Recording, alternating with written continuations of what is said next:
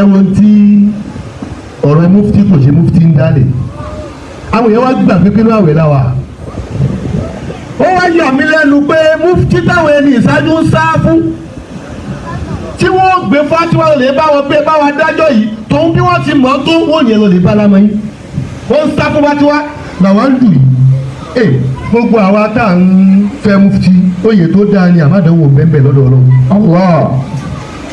bàbá wo àdánwò bẹ́ẹ̀ ó ju táìtì yẹn lọ púpùrì àṣẹtì púpùrì àṣẹtì bá a ti ń bọ̀ nu mọ́tò bẹ́ẹ̀ yìí náà ti kọ́ lèmi náà sáré mu ẹsẹ̀ méjèèjì. púpùrì àṣẹtì lórí pé a fẹ́ jẹ mufti àjẹ mufti fi fati wáyé fàrí gùnà.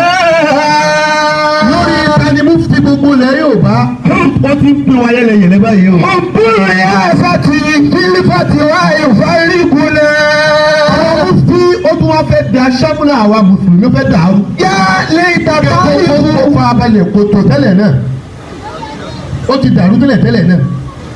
ọ̀rọ̀ mufti tó wá dé ó tún wá di pé ó fẹ́ fọ́ wa ká pátápátá àdáwà yẹn tó wá lágbára sí. kí la gbé kí la jù tá a fẹ́ mọ pàtó ṣe kàá dàrú. orí asati ṣé lórí ọ̀rọ̀ mufti yìí náà. fìlìfàtì wáyé fáìrìkù náà. tó bá sọ̀rọ̀ sí àáfàá mi tó wà láyé kìí sábà ta mí lọ rẹ bí ẹni tó ti lọ. fìlìfàtì wáyé fáìrìkù náà. ká máa lọ sí àsíá àríwọ̀n gbà wọ́n bákan ni wọ́n ṣe àpàtàn wọn inú yóò bàjẹ́ ànídìí ẹnu Ramadan. fìlìfàtì wáyé fáìrìkù náà. àwọn bàbá wa àwa ọmọ yìí ló mọ bùyí sùúrù pé ẹ bá mọ pàtàkì tí ó tún dá wàhálà lẹ. tí fati wáyé fáìrìkù náà.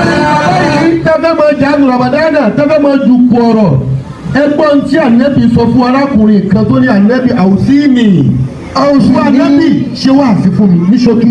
àwùsí ní. ànẹ́bí ní látẹ̀gọ̀dọ̀ wọ́n fa wàhálà. látẹ̀gọ̀dọ̀ mọ̀ bínú. fàrọ̀tàtà mi ọ́.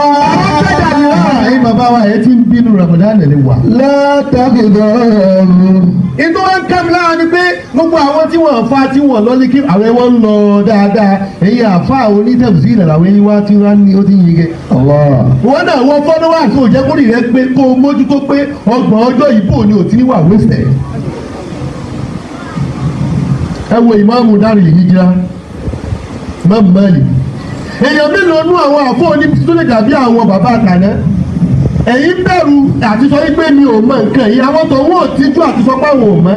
kánà rúbàmà yẹsẹ̀ alu ali alika mùsùlùmí ẹ̀mẹ́sì àìlẹ̀tàn. wọ́n máa bèrè àádọ́ta bẹ́ẹ̀ lọ́wọ́ ẹlòmíì. fàlà yujibu fi ìwà ìdàtàn mílíà. èmi dáwọ̀ èèyàn kan bẹ̀. wàkánà yọkú. wọ́n máa sọ wípé. mẹ́ni ajá àbẹ̀fí mẹ́sì àlẹ́fín. ẹ dákun ìbéèrè kan ni wọ́n béèrè yìí ta ni ó dá wọn lóhùn. sábà kó sáfùpọ̀ 15. fàyẹ̀mbágí mi nǹkan bùnẹ̀ àárín ìdìbò fi á. ó rọrùn kó tó lè dáhùn lórí ìbéèrè tí wọ́n bí. ọ̀rìn ìdáná kùsàwù alálìjánẹ́tì wà náà. wọ́n kọ́kọ́ gbà yí pé ilé kan bẹ àlìjánà ni òró kó tó dájọ́ o. wàkẹ́ ìfọyẹ́ kan bẹ iná ni ọ̀pọ̀lọpọ̀ àlùmùtúnà ni wọ́n pọ̀ lulẹ̀. oyè fún àbíkọ́ ni mufti oyè tó yẹ ká máa pè é tó yẹ dákun ẹ̀yọ̀ ǹda mi.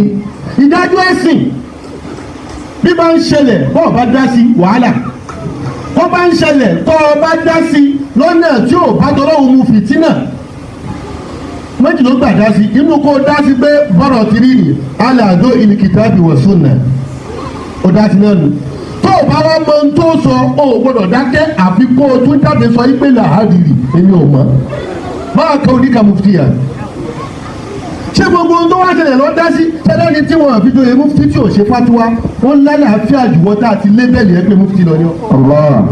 kò jẹ́ kó dìjà kò jẹ́ kó fa wàhálà àìmọ̀ ẹ̀dánwò tó wà mẹ́lá ní kìámọ̀ ọ̀pọ̀lọpọ̀ àwọn àlìmùfúnà nínú àwọn tídájọ́ wọn lè àwọn adájọ́ ayé jẹ́ kan. jàlè tàtàrí fún máa fi àmìnà lẹ́kàtàrí. tàtàrí fún máa fi ya mufti. يا ليتك تعرف ما في الفتوى من الخطر. يا ليت تعرف ما فيها من الخطر. mo dáadáa ní bẹ́ẹ̀ wàhálà náà là ń wá síra wa lọ́rùn.